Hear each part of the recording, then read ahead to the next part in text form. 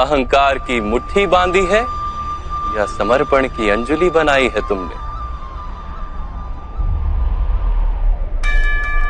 इस ज्ञान को ग्रहण कर पाओगे?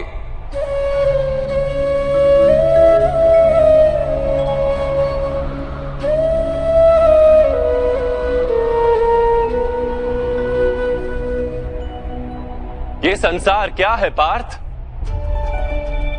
मानव, दानव, पशु, पक्षी, जंतु, कीटक, मत्स्य, वृक्ष,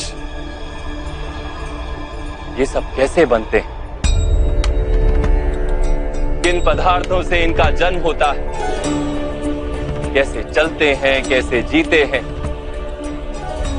मृत्यु कैसे होती है इनकी? और मृत्यु के पश्चात क्या होता है?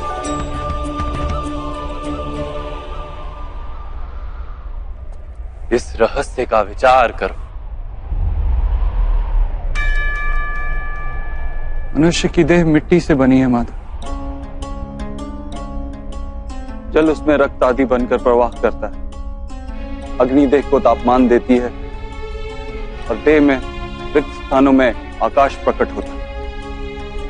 अर्थात धरती, वायु, जल, अग्नि और आकाश, इन पंच महाभूतों से ही शरीर का निर्माण हो। अर्थात महामहिम गुरु द्रोण पृथ्वी, जल, वायु, अग्नि और आकाश से अधिक कुछ भी नहीं। धर्म ज्ञानी भी पंच महाभूत का जोड़ है और अधर्मी भी। तो मोह किसका कर रहे हो पार्थ? मिट्टी का? परंतु माधव, इस मिट्टी के देह से ही तो मनुष्य एक दूसरे का परिचय पाते हैं। सारे संबंध इस मिट्टी के देह से ही तो होते हैं। नहीं पार्थ, यदि ये सत्य होता तो मृत्यु के पश्चात देह को नष्ट क्यों किया जाता है? वास्तव में ना मनुष्य का परिचय उसकी देह से है और ना ही संबंधों का आधार उसकी देह से।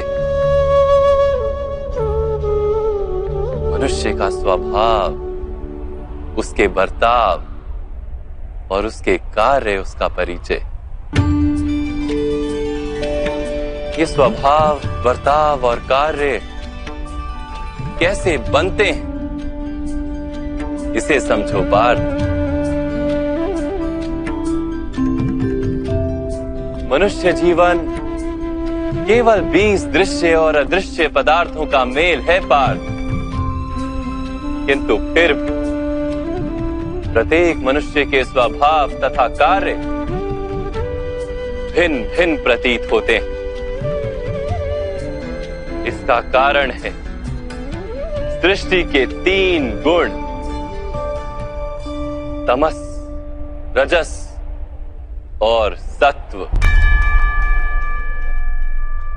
ये 3 गुण क्या है माधव? तमस का अर्थ होता है अंधकार। बिना अच्छे बुरे का विचार किए जीवन व्यतीत करने को तामसिक व्यवहार कहा जाता है।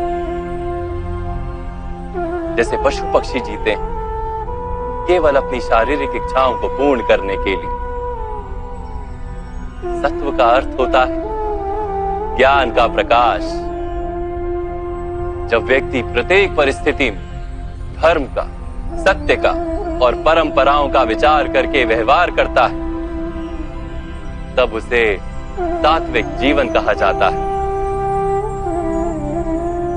इन दोनों के मध्य में ऐसा व्यक्ति होता है जिसके पास ज्ञान तो है, पर शरीर और मन की इच्छाओं के साथ बंधा हुआ भी है।